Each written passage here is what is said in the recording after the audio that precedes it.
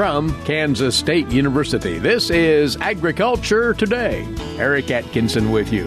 And ahead today, K-State's Kelsey Andersen tells us that the university's latest Foliar Fungicide Efficacy Ratings for wheat disease management are now available to you wheat growers. Timely information as one plans their fungicide application strategy as needed. Also today, K-State's Vipan Kumar will tell you grain sorghum producers that Shattercane resistance to some of the new over-the-top sorghum herbicides has now been confirmed in Kansas. He advises you growers who are planting the new herbicide-tolerant sorghum hybrids to be alert for this possible resistance situation. And standing by with another Stop, Look, and Listen, K-State's Gus Vanderhoeven. Along with more on this Agriculture Today. Legal and financial concerns surround the day-to-day management of the agricultural industry. Producers, ag creditors, and USDA agencies rely on Kansas Agricultural Mediation Services. If you've received an adverse decision from the USDA or have an ag credit concern, call today, 800-321-3276, or visit us online, Kansas Agricultural Mediation Services, exploring options, generating solutions. Welcome to our midweek edition of Agriculture Today. Well, the Department of Plant Pathology here at Kansas State University has just released its newly revised Foliar Fungicide Efficacy Ratings for wheat disease management. It couldn't be more timely. We'll talk about what that guide has to say and other things concerning wheat diseases at present with Kelsey Andersen joining us once again, wheat disease specialist, K-State Research and Extension.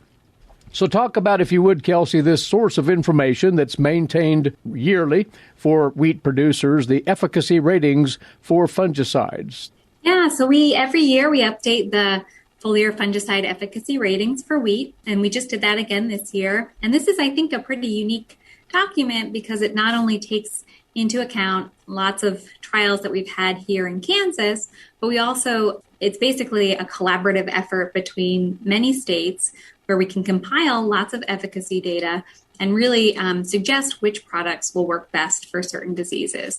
So in that sense, it's really nice because it really looks at a lot of different states and a lot of different pathologists weigh in on this information. It leans heavily on field trial data out there, right? Yep. So this is, there's what the label is labeled for, which, the products could be labeled for many diseases, but this really gets into how well it will work for any given disease. So we've got 8 different diseases on this table, including septoria, triticide blotch, tan spot, stripe rust, head scab, some of the big ones that we see here in Kansas. So this table is broken down that way. So we have all of the diseases, and then it's got some other information that it's kind of pulled off the label. So if you look at the table, you'll see the recommended rates, the lowest rate and then the highest rate. Sometimes certain diseases early in the season will have slightly lower rates. We try to key out that information.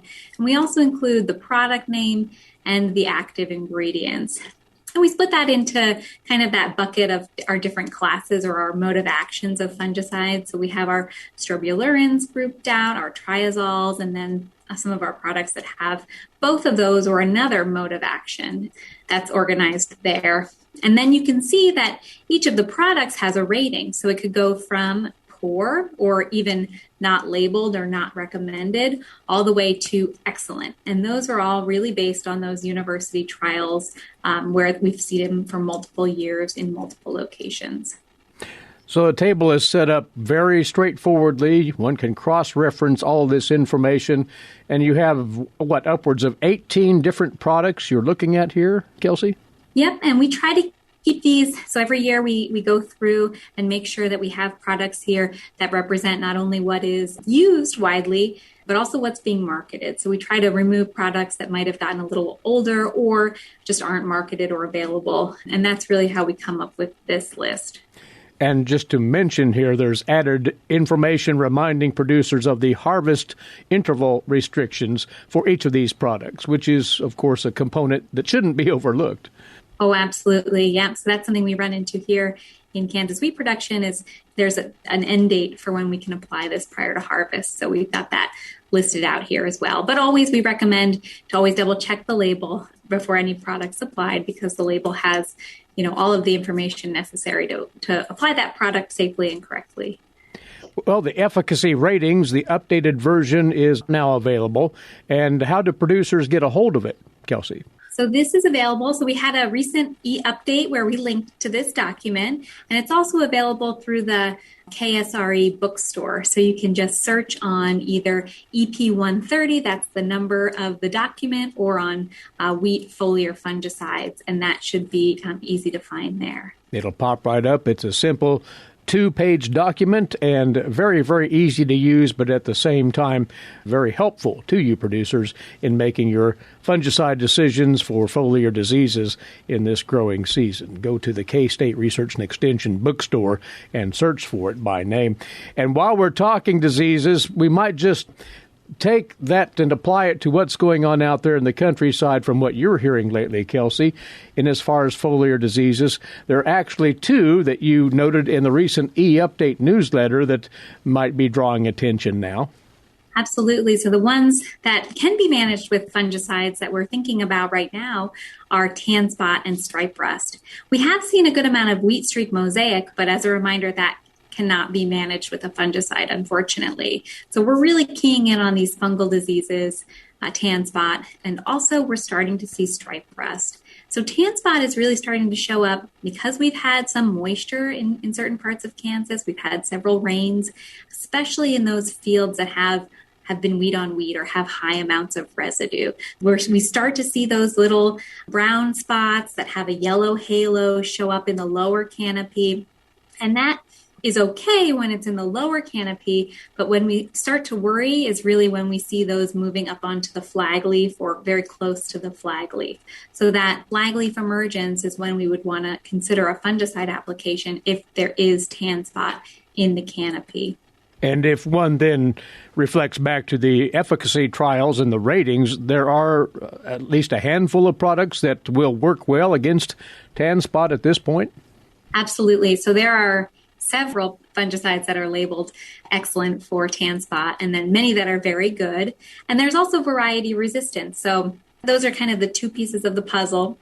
So we want to think about what our variety resistance is, and we can check back in our rating guide. So if we have a more resistant variety, maybe that's not the one that would get the biggest payoff from a fungicide application.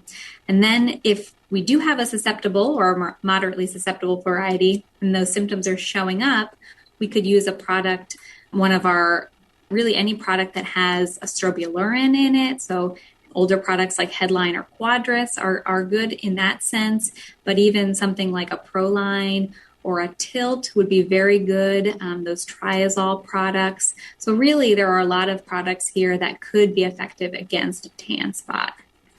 Let's also bring up stripe rust for a moment. What's going on with that disease as we know it to date? So stripe rust has started to show up in southeast Kansas and also in a couple southern counties on the border of Kansas and Oklahoma. And it's right around when we expected. So we saw stripe rust show up in Oklahoma more than 4 weeks ago. So it makes sense that we'd start to see it we've had reports in Sumner County, recently in Gray County and Labette and Wilson counties. So it's really starting to show up on that southern part of the state. And that's one we're going to want to keep an eye on, especially as we approach flag leaf. So it's time to be scouting and time to be evaluating that need for some type of management. Stripe rust is another one where we want to understand our variety resistance. So if we have a variety that's pretty good, probably going to do better as stripe rust starts to pick up, and also just the weather conditions. So the cooler, wetter weather is favorable for that stripe rust development. So those are kind of the key things to think about when we're thinking about managing stripe rust. And as far as fungicide treatment selection for stripe rust, once more, as you hinted earlier, there are several options there that will get the job done, although there is one family of fungicides that you want to caution about here. Yeah, so that's a great point. So really a lot of these fungicides are excellent or very good when they're applied prior to infection, so when they're applied preventatively. But After the spores start to sporulate, or our pustules start to sporulate, we start to see spores, we start to see symptoms. That's when we're going to want to move away from our strobilurins, so away from the approach, the headline, the quadris, and move towards something that has a triazole, because that triazole mode of action can really just stop that sporulation in its tracks, whereas the strobilurin just doesn't really work on that sporulation as well. So if the disease is already really established, we want to move towards the triazole classes of fungicides. And once more, there's full details in the efficacy ratings on those alternatives.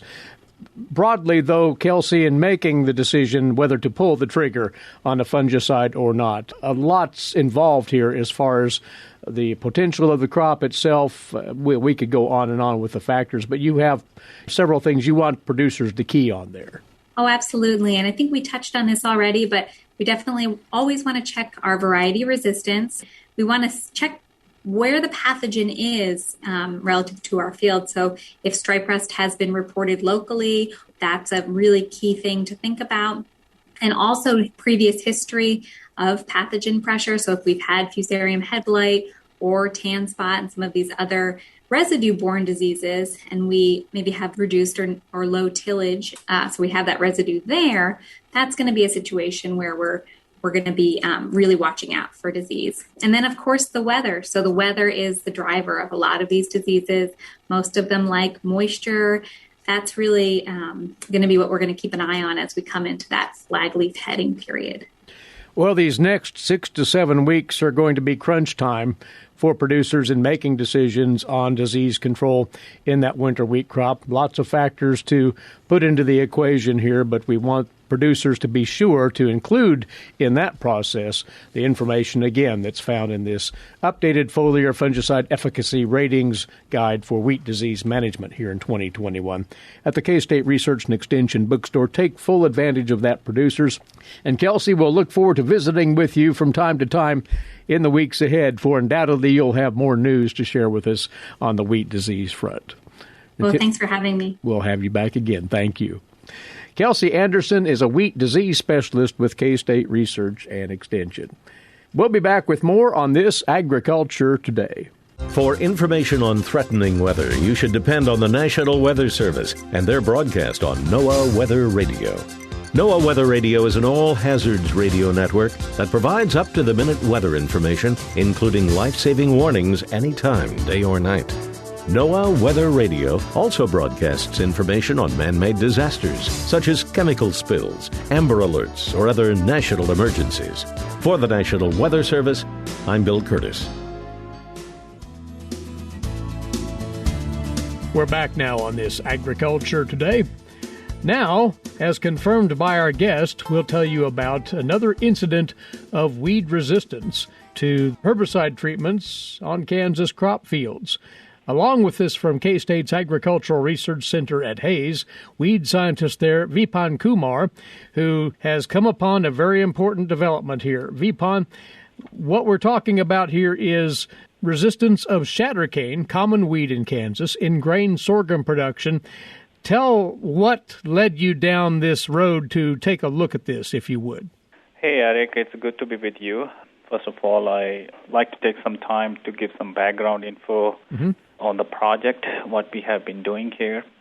As most of the producers are aware, we have 3 herbicide-resistant sorghum hybrids on horizons coming to the market.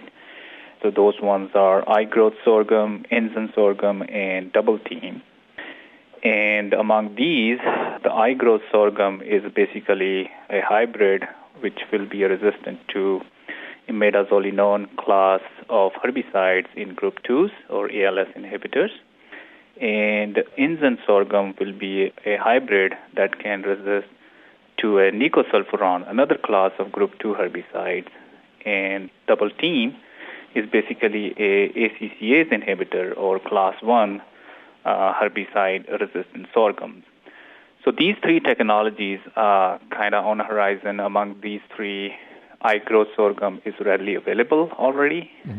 The Ensign and Double Team is going to be available this summer, but on a limited seed supply. It's a soft launch this year. So when these technologies were coming to the market, and these are for grass weed control, as most of the folks know, we don't have any over-the-top option or herbicide option for grass weed control. So all these three technologies are mainly developed for grass weed control in sorghum. So we had the idea to understand about our common or more problematic grass weed species, how they respond, how their sensitivity to these three chemistries, because these are going to be deployed in Kansas and in the region for the sorghum production. Those species are Shattercane and Johnson grass. Yes, the Johnson grass and Shattercane, these are both kind of weedy relative to sorghum, and they can cross and they can exchange genetic material. So these were some of the concerns in the past, that we had not seen a development of herbicide-resistant sorghum for several years. The risk was that they can develop resistance, or they can take the genes from resistant crop or resistant sorghum crop. So a study was sponsored by United Sorghum Checkoff, and we wanted to see the Shattercane and Johnson grass from sorghum fields in Kansas and in high plain states, their sensitivity to these chemistries. So we did survey last year in the fall, collected around 30 to 35 population, each for Shattercane and Johnson grass from different fields in western Kansas, as well as we had some population of both species from Oklahoma as well as northern Texas. The idea was to screen the field use rates of these chemistries, and we started screening some in the late winters, screening these populations, and we found that specifically the three populations from three different counties in northwestern Kansas, they had survivors to the field use rate of Emiflex, which is a 6 fluid ounce per acre rate, as opposed in high-growth sorghum. So we suspected some problem there, and we did a whole planned dose-response studies using different doses of Emiflex, which is a Mesomox, starting from very low dose, from 1.5 ounce to we goes up to 24 ounce fluid ounce per acre rate of Emiflex, and we did a full dose response study under a greenhouse condition using those three suspected Shattercane population from Kansas. We also included a sensitive population from Rooks County. So these three populations came from three different counties. So the one from Decatur, one from Phillips, and one from Graham County, and all from sorghum fields. And were you able to confirm then that resistance was present in those Shattercane populations? Yeah, so that's what I'm saying. We did a whole plant dose-response studies and found, based on our results, that those three populations had about 3.5 to 5-fold resistance when we compared with our sensitive population from Rooks County.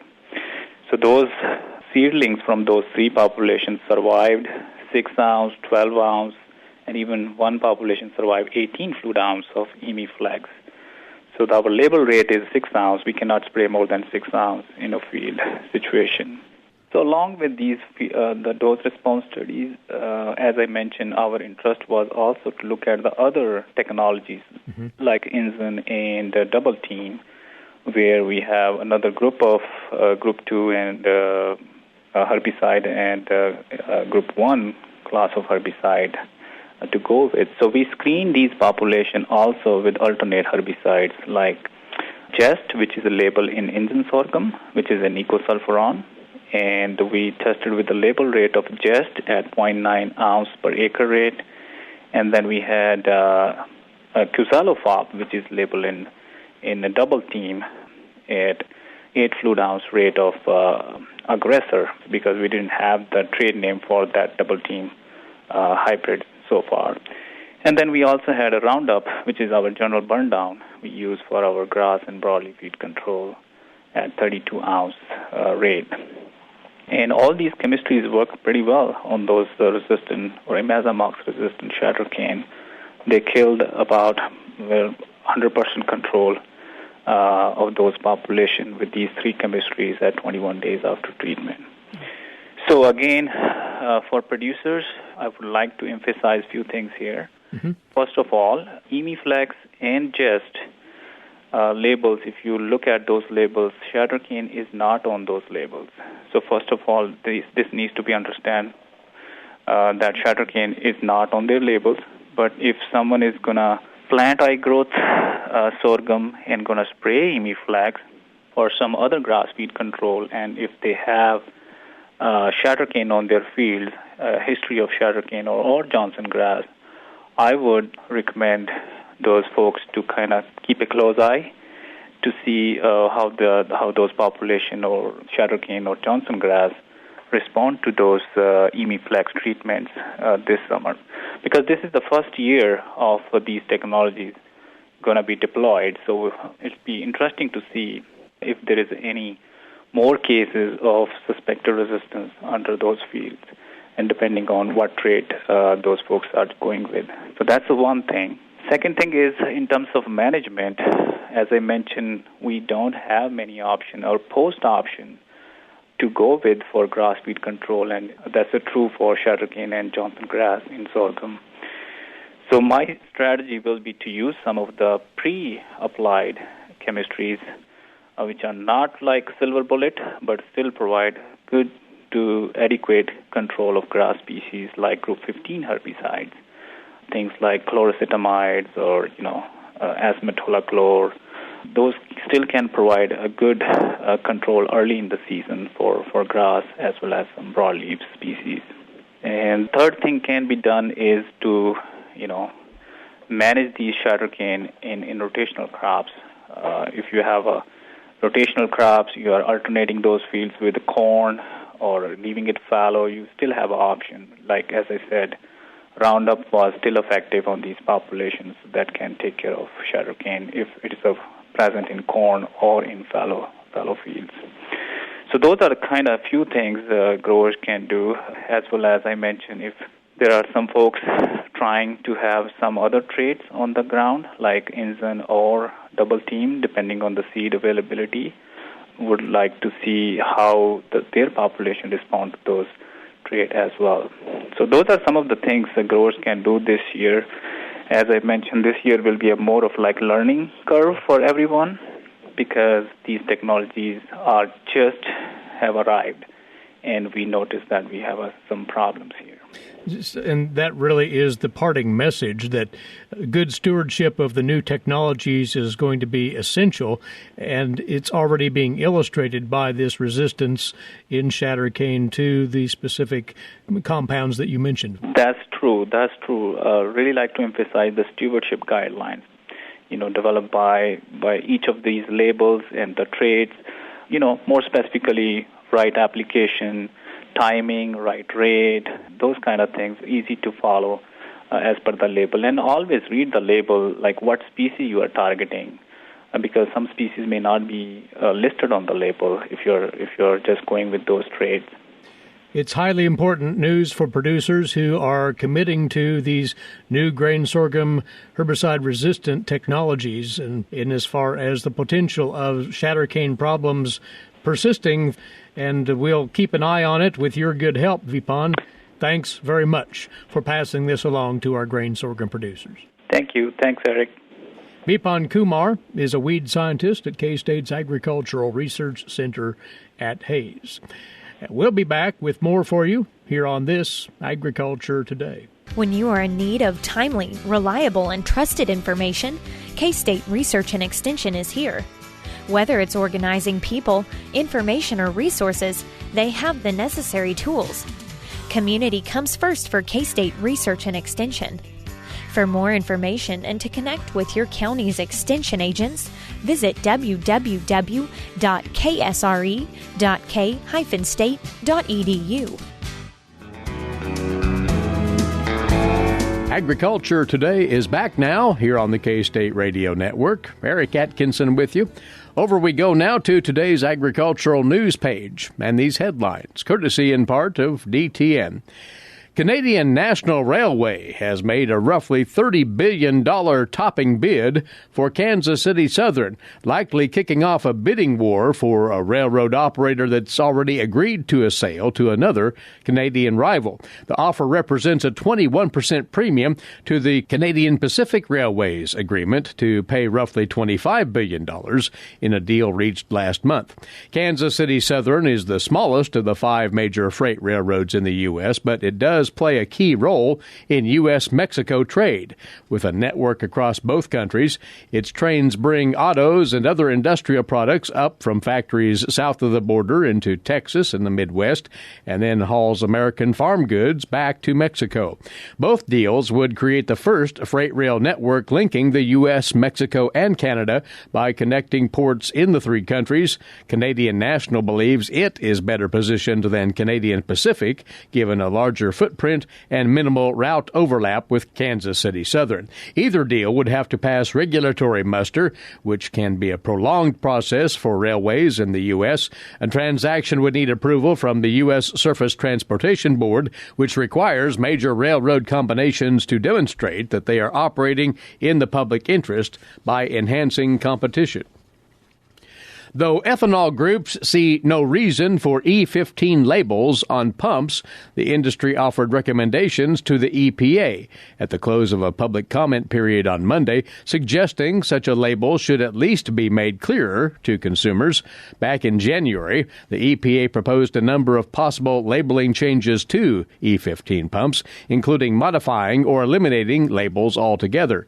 Ethanol industry officials have been concerned that the current labels offer warnings to consumers that would discourage the use of E15.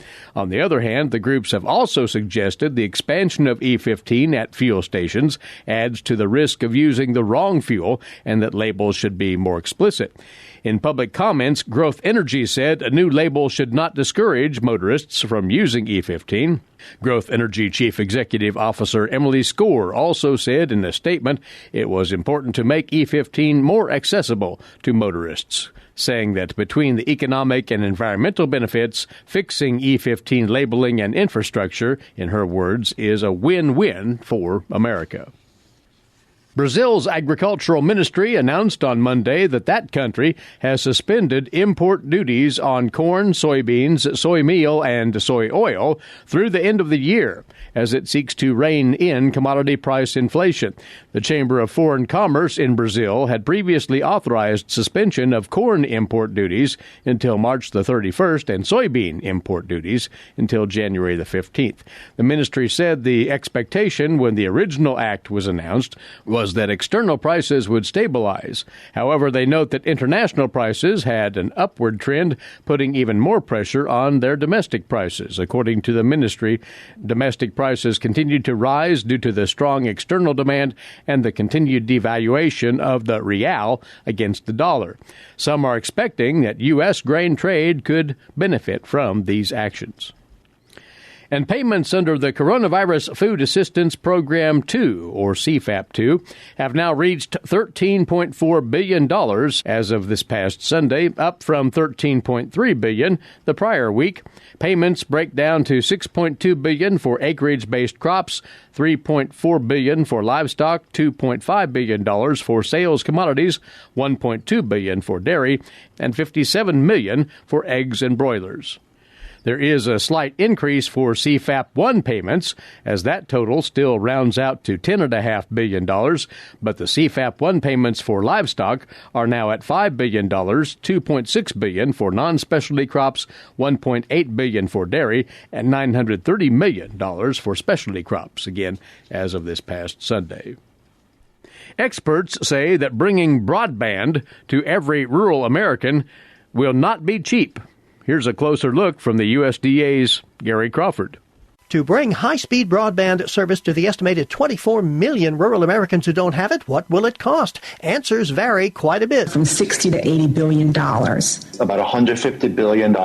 And there were other answers given by the experts testifying before the House Ag Committee Tuesday, but on one point, big agreement. This is an extremely expensive issue. Jennifer Prather, general manager of a Texas communications firm, also testifying on behalf of the Rural Broadband Association. She says cost estimates differ because, one, there are many possible technologies that could be used. Two, it's not just the installation of the service, but it is also being able to maintain those networks. Also, she agrees with what Agriculture Secretary Tom Vilsack told the committee last week, that what is made available must, in his words, make sense and provide upload and download speeds that are adequate and sufficient. It's not enough to say you've got broadband. It's got to be higher speed broadband. Broadband built with the capacity to handle future growing demand. Gary Crawford for the U.S. Department of Agriculture. Finally, those who enjoy trail riding in the Flint Hills will have a great opportunity this summer. Scarlett Higgins tells us that this event will help continue the work of the Ranchland Trust of Kansas. Registration now is open for the first Cowboys for Conservation trail ride near Eureka. Allison Land and Cattle, which is owned by Kevin and Carrie Allison, is sponsoring and hosting the June 19th event. The trail ride will benefit the Ranchland Trust of Kansas, which was founded by KLA in 2003 and has the mission of preserving Kansas's ranching heritage and open spaces for future generations through conservation of working landscapes. All riders are welcome to bring their own horse to this fun and interactive trail ride. Riders will break into groups and hear presentations from Natural Resources Conservation Service District Conservationist Luke Westerman, NRCS District Wildlife Biologist Vicki Sikanek, and grazing management expert Dale Kirkham. The 3-hour trail ride through the Flint Hills is for adult riders 18 years of age and older. Lunch will be provided for attendees. The registration fee for the Cowboys for Conservation trail ride is $99, which is a tax-deductible donation to the Ranchland Trust of Kansas. Further details about the ride and a link to register can be found under the Events and News tabs on ranchlandtrustofkansas.org. I'm Scarlett Higgins. There for you, a look at today's agricultural news headlines. Next up for you, K-State's Gus Vanderhoeven checks in for his weekly look at life in rural Kansas. This time, he'll reflect on pasture burning experiences, past and present. You're listening to Agriculture Today. Burning prairie grass is essential for Flint Hills ranchers. Following grazing and burning best practices can ensure that the prairie remains intact while not smoking out downwind neighbors. The Kansas Flint Hills Smoke Management Plan helps guide prescribed burning on prairie land. To learn more, visit www.ksfire.org. Again, that's www.ksfire.org. This is Agriculture Today. Stop, look, and listen.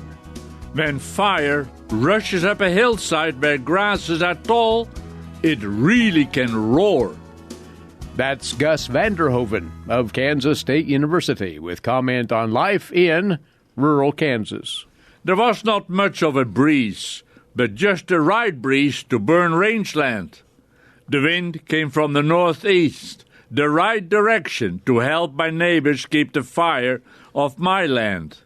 As a neighbor, I had reminded them that I follow patch burning, and therefore any uncontrolled burn on our land was not welcome and would upset the annual burning practice of only burning 1/3 every year, to complete burning rotation in 3 years. When I drove out to the farm, having seen all the hazy smoke hanging over the town in the valley, I got worried. On Carnahan Road, I slowed down when I passed a crew from one of the bigger ranches looking at a fire they had just started along the road. It had passed the fence line and was now roaring uphill with big flames. When fire rushes up a hillside where grasses are tall, it really can roar. It roars, does not crackle.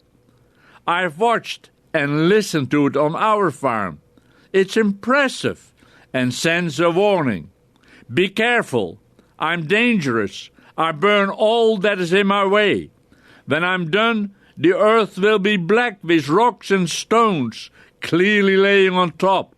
However, in a few days, the green sprouts will show the promise of new grass. But being the hillside, cows won't graze as hard as I want them to. I want the cows to utilize all grass, also the good grass and forbs on the hillside and steeper slopes. And that is why I now follow patch burning. It works for me. By burning the 1/3, that 1/3 will have the new grass and forbs the cows tend to concentrate on. They will concentrate and by doing so graze up and down the hillsides. The remaining 2/3 in 2 unfenced patches will be available for a wandering cow. It gets the 2-year respite of hard grazing. Of course, stocking rate and type of cow is important. We graze with pregnant cows. They're quiet, content, and happy. With the grazing season starting May 1st, everybody's burning on time. A gentle rain will help. Wait and see. When I got to the farm, the gate was pulled to the side, open. I did not know if it would be a good or a bad sign. I entered the range with a truck and followed the steep slope up the Flint Hills, worried what I might see. I drove the crest to get close to the fence line my son and I built many years ago. A good fire was burning across and along the fence line, and there was no one in attendance. All was quiet, except for the crackling fire and the smoke. When the fire dipped in the narrow draw, flames shot up high with the tall, dry grass. It quickly climbed out and continued on its way, being a small draw. With the wind away from the fence, I was not too worried about the 1/3 patch, which was burned last fall. But the smoke at the back of the farm did worry me. I retraced my trail and drove around the farm, coming in from the north. As I turned on Galilee Road, huge columns of black smoke rose up where our farm is. I drove down the narrow road with grass burning on both sides. It's a county road, but that ends in our property, a hay meadow. I opened the wire gate and drove east to the boundary fence where the heavy smoke came from. The fire had burned right up to the fence. A perfect, controlled burn. Thank you. Then I noticed a turning four-wheeler which climbed the hill, following the flames. I quietly thanked my neighbor for doing what he did, controlling the burn. I know, years ago we would have had the fire jump the big fence. I probably would have started to backfire along the west edge of the range. I turned the truck, looking behind me to make sure that my tailpipe had not lit any tall grass. As I drove home, I drove through blackened hills, and here and there more flames along the side of the road. I saw fence posts hanging, still smoking, where the post had burned off. After a burn, you better check the fences. You may be surprised and disgusted. Here again, the extent of your fire control helps or pays off. A quick squirt with water can save the post. I must admit that in the past, when I ran out of water, I let nature's way do the job. It's true. No one was watching, and I'm quite positive that I'm not the only one who saved a slow, smoldering post that way. When I left the farm, I quickly drove home through the haze. I passed an irrigation circle with one tire burned. It stood in the fence line. When I crossed the dam, the vultures were making use of the updraft and having a great time. And believe it or not, watching the vultures float, I noticed a drone flying by. And I'm not lying.